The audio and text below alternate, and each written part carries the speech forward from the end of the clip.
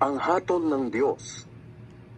Ngayon, masasabi mong dapat lang hatulan ng mga taong ito dahil sa kanilang kasamaan.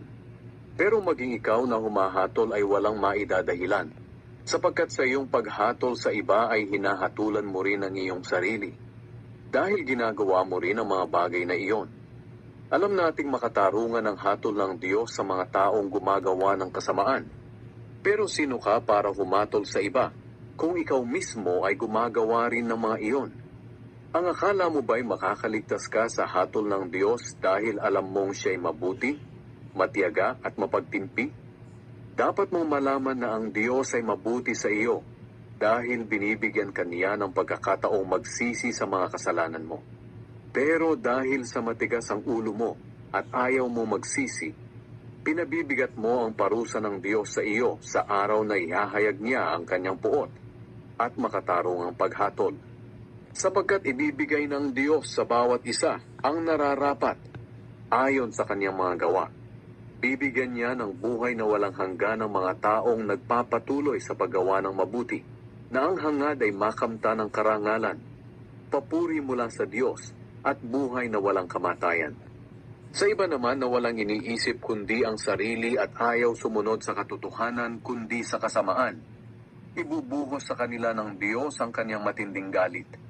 Lahat ng taong gumagawa ng masama ay parurusahan ng Diyos.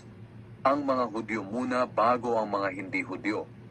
Ngunit bibigyan ng Diyos ng papuri, karangalan at kapayapaan ang lahat ng gumagawa ng kabutihan.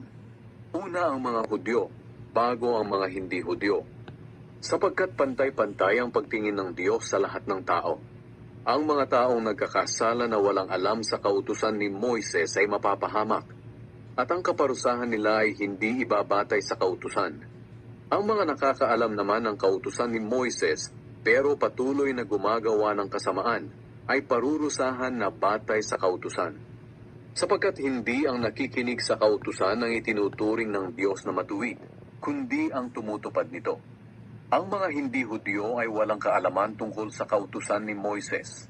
Pero kung gumagawa sila ng naaayon sa sinasabi ng kautusan, ipinapakita nila na kahit wala silang alam tungkol dito, ay alam nila ang nararapat gawin. Ang mabubuting gawa nila ay nagpapakita na ang iniuutos ng kautusan ay nakaukit sa kanilang puso. Pinatutunayan ito ng kanilang konsensya. Dahil kung minsay inuusig sila nito, at kung minsan na may ipinagtatanggol. At ayon sa magandang balita na itinuturo ko, ang konsensya ay pagbabatayan din sa araw na hahatulan ng Diyos sa pamamagitan ni Hesukristo ang lahat ng lihim ng mga tao. Ang mga Hudyo at ang kautusan. Sinasabi ninyo na mga Hudyo kayo, nagtitiwala kayo sa kautusan at ipinagmamalaki ang inyong kaugnayan sa Diyos. Alam ninyo kung ano ang kalooban ng Diyos, at alam din ninyo kung ano ang dapat gawin. Dahil itinuro ito sa inyo sa kautusan, ipinapalagay ninyong taga-akay kayo ng mga bulag sa katotohanan, ilaw sa mga taong nasa kadiliman, at tagapagturo sa mga kulang ng pangunawa at mga bata pa sa mga bagay tungkol sa Diyos. Ganito nga ang palagay ninyo sa inyong sarili. Dahil naniniwala kayo na sa pamamagitan ng kautusan, ay nakamit na ninyo ang lahat ng kaalaman at katotohanan. Tinuturuan ninyo ang iba, pero bakit hindi ninyo maturuan ang inyong sarili? Nangangaral kayong huwag magnakaw, pero kayo mismo'y nagnanakaw. Sinasabi ninyong huwag mangalunya, pero kayo mismo ay nangangalunya. Kinasusuklaman ninyo ang mga Diyos-Diyos ang sinasamba ng mga hindi Hudyo, pero ninanakawan naman ninyo ang kanilang mga templo. Nagmamalaki kayo na nasa inyo ang kautusan ng Diyos, pero ginagawa ninyong kahiya-hiya ang Diyos dahil sa paglabag ninyo sa kautusan. Sinasabi sa kasulatan, dahil sa inyo nilalapastangan ng mga hindi Hudyo ang pangalan ng Diyos. Nagtitiwala kayo na kayo ang mga taong pinili ng Diyos dahil kayo'y tuli.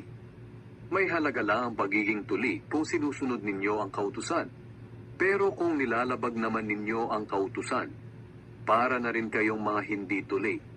At kung sinusunod naman ng isang hindi tuli ang kautusan, ituturing siya ng Diyos na para na ring tuli. Kahit na kayo ay mga Hudyo at tuli, papatunayan ng mga hindi Hudyo na dapat kayong parusahan.